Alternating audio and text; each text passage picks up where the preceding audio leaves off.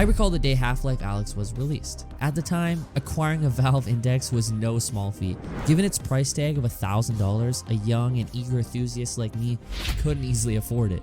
So I did what any passionate VR enthusiast would do. I turned to YouTube. Watching the gameplay transported me into a world of Half-Life.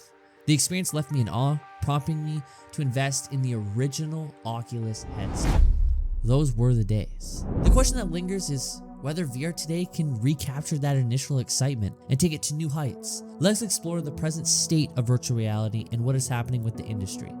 The good, the bad, the ugly. As time marches on, the landscape of virtual reality undergoes a thrilling transformation. It's similar to the revolutionary shift we experienced when transitioning from the original PlayStation to the PlayStation 2. A quantum leap forward.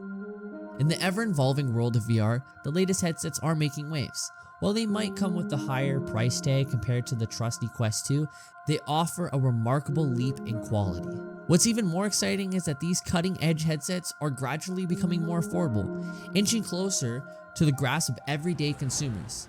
Enter the Quest 3, a beacon of excitement for VR enthusiasts, a possible new chapter for VR itself. From what we've seen, it promises to deliver awe-inspiring graphics for a standalone headset. This isn't just an evolution, it's a revolution in VR.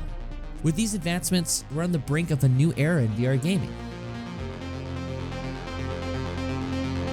While Bone Lab may not be Boneworks, it has played a vital role in shaping the Quest 2 experience, aiding newcomers to embracing the world of VR. With the Quest 3 on the horizon, we can anticipate even more significant contributions from Stress Level Zero. It has an exhilarating time to be a part of this dynamic VR community, and I'm eager to see how these advancements will continue to shape our virtual worlds.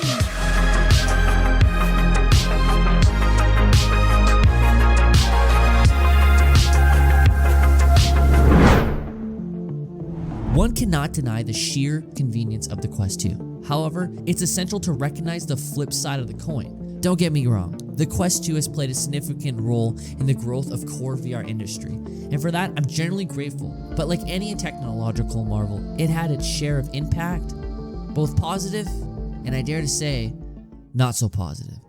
Instead of the caliber of games that raised the bar such as Half-Life Alyx, we found ourselves wading through a sea of underwhelming graphics and narratives that would have been better suited for a PlayStation 2 Catwoman adaptation. Don't get me wrong, the Quest 2 is a marvel in its own, right?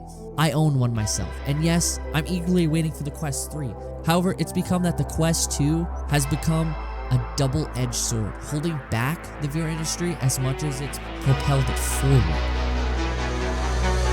Watching Meta make blunders in the VR realm has been a bitter pill to swallow. It's painful to witness an industry I've passionately followed for years encounter such a formidable roadblock, all due to a company's insatiable quest for dominance. Rather than focusing on empowering creators with better tools to foster thriving VR ecosystems, they've just decided to slow down the industry and really damage what was already starting to become great.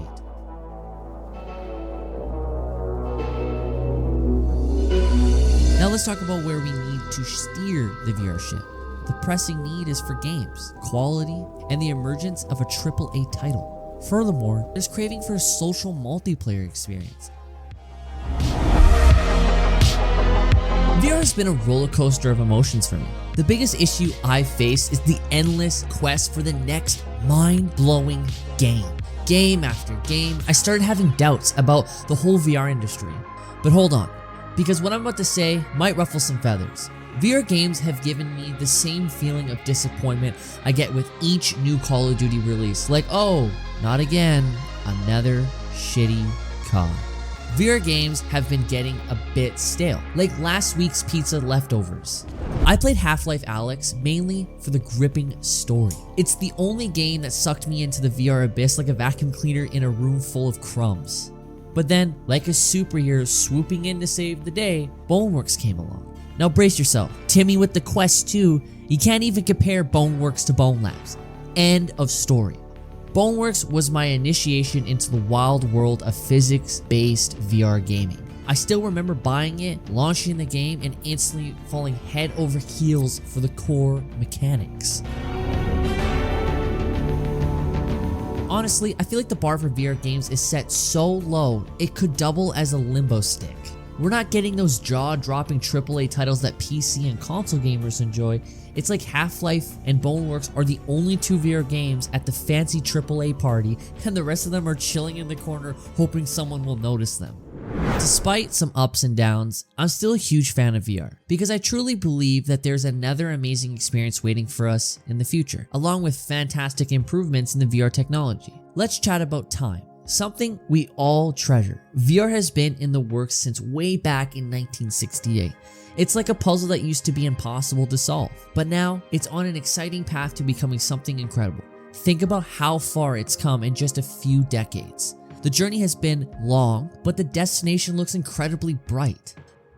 Let's enjoy the VR experiences we have today, create memories, and appreciate the friendships we're making in this ever-evolving digital world. I'm thrilled to see where this industry is heading and all the exciting things it will bring. Now I want to hear from you. What are your thoughts on VR?